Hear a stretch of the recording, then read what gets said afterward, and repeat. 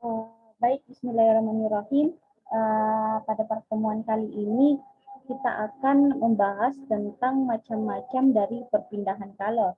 Namun sebelum kita membahas apa saja macam-macam dari perpindahan kalor, alangkah baiknya kita harus memahami dan mengetahui prinsip dari perpindahan kalor tersebut. Jadi anak-anakku sekalian, jadi prinsip dari perpindahan kalor itu sendiri ialah besar kalor yang dilepaskan itu sama dengan kalor yang diterima. Benda yang melepaskan kalor adalah benda yang bersuhu lebih tinggi, sedangkan benda yang menerima kalor adalah benda yang memiliki suhu lebih rendah. Nah, jadi teman-teman tahu tidak sih bahwa benda-benda di sekitar kita ini ada yang bisa mengantarkan panas dan juga ada yang tidak bisa mengantarkan panas. Nah, jadi jenis benda berdasarkan kemampuan mengantarkan kalor ini terbagi menjadi dua, yaitu ada konduktor dan isolator. Nah, jadi konduktor ini adalah benda yang dapat mengantarkan kalor atau panas dengan baik. Contohnya itu seperti besi, aluminium, kemudian isolator ini merupakan benda yang tidak dapat mengantarkan kalor dengan baik. Contohnya itu seperti kayu, kain, plastik, dan sebagainya. Jadi ketika adik-adik melihat ibunya di rumah mengangkat panci dengan kain, itu pasti melapisinya dengan kain kan, karena kain merupakan benda isolator yang tidak dapat mengantarkan panas. Kemudian bisa dilihat juga ketika sendok itu dimasukkan ke dalam air panas kan.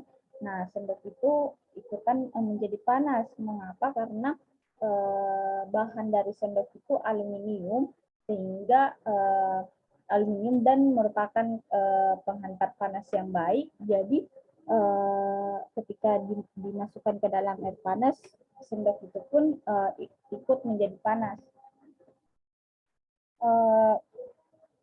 Kemudian selanjutnya kita masuk ke macam-macam dari perpindahan kalor. Nah, perpindahan kalor ini terbagi menjadi tiga, yaitu konduksi, konveksi, dan radiasi. Nah, yang pertama itu adalah konduksi, di mana konduksi ini merupakan perpindahan panas melalui zat padat yang tidak ikut mengalami perubahan.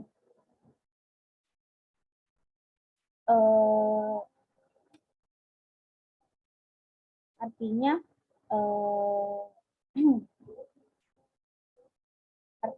perpindahan kalor pada suatu zat tersebut tidak disertai dengan perpindahan partikel-partikelnya. Contoh dari perpindahan panas secara konduksi ini yaitu benda yang terbuat dari logam akan terasa hangat atau panas jika ujung benda dipanaskan. Seperti yang Ibu jelaskan tadi, contoh dari penggunaan sendok ketika dimasukkan ke dalam air panas. Kemudian contoh lainnya yaitu knalpot motor yang menjadi panas saat mesin dihidupkan. Kemudian sendok besi yang ikut panas. Kemudian selanjutnya yaitu konveksi atau aliran. Nah, konveksi ini adalah perpindahan panas melalui aliran zat, aliran yang zat perantaranya itu ikut berpindah. Jika partikel berpindah dan mengakibatkan kalor, maka akan terjadi konveksi. Nah, konveksi ini terjadi pada zat cair dan gas seperti udara atau angin. Nah, contoh dari perpindahan panas secara konveksi ini bisa dilihat dari gerakan naik turun air ketika dipanaskan. Contoh lainnya yaitu gerakan naik dan turun kacang hijau ataupun kedelai ketika dipanaskan atau direbus. Kemudian contoh lainnya yaitu gerakan balon udara. Kemudian selanjutnya yaitu perpindahan kalor secara radiasi atau pancaran. Nah, radiasi ini yaitu merupakan perpindahan panas tanpa zat perantara, artinya langsung ya. Jadi anak-anakku, radiasi ini biasanya disertai dengan cahaya. Contohnya itu bisa dilihat panas matahari yang sampai ke bumi walaupun melalui ruang hampa. Nah, kemudian contoh yang lain itu ketika tubuh merasa hangat ketika berada di sumber api atau misalnya di dekat api unggun. Kemudian baju yang kering ketika dijemur di bawah terik matahari. Jadi selanjutnya materi selanjutnya yaitu untuk menentukan besar perpindahan kalor.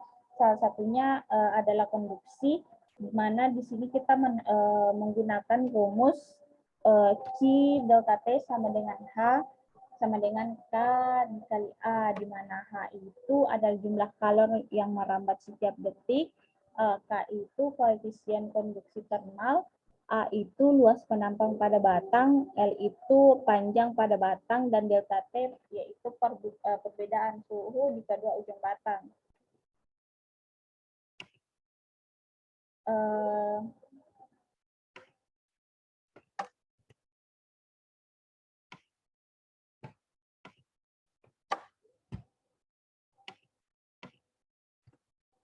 Nah, kita masuk di contoh soal.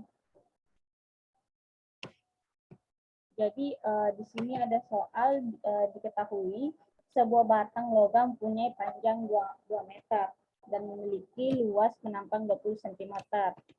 Dan perbedaan suhu kedua ujungnya 500 derajat Celcius. Bila koefisien konduksi termalnya 0,2 kalor per meter sekon derajat Celcius, maka tentukan jumlah kalor yang merambat persatuan luas. Jadi yang diketahui di sini adalah batang logam, panjang batang, kemudian luas penampang 20 cm, dan perbedaan suhu delta T-nya 500 derajat Celcius. Jadi yang ditanyakan yaitu jumlah kalor yang merambat yaitu H. Jadi kita menggunakan rumus K sama dengan KA, K dikali A dikali delta T dibagi L. Jadi L itu panjang batang. Jadi dimasukkan semua rumusnya, kemudian menghasilkan 0,01 kalor per sekon. Jadi hanya itu yang bisa Ibu jelaskan. Semoga anak-anak bisa memahami. Jika ada belum dimengerti, silakan bertanya. Terima kasih. Assalamualaikum warahmatullahi wabarakatuh.